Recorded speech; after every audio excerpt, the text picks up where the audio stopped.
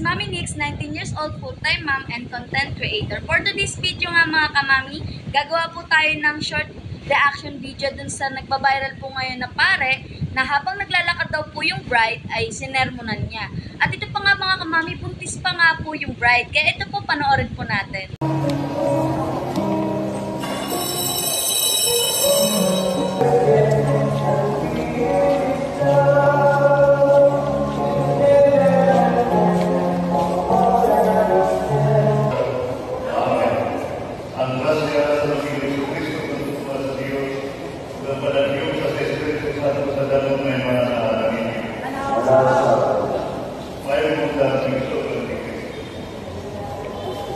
At ayun nga mga kamami, nakakaawa po talaga yung bride para sa akin. Kasi po, yan po yung time na dapat memorable para sa kanya. Kasi yan po yung kasal niya.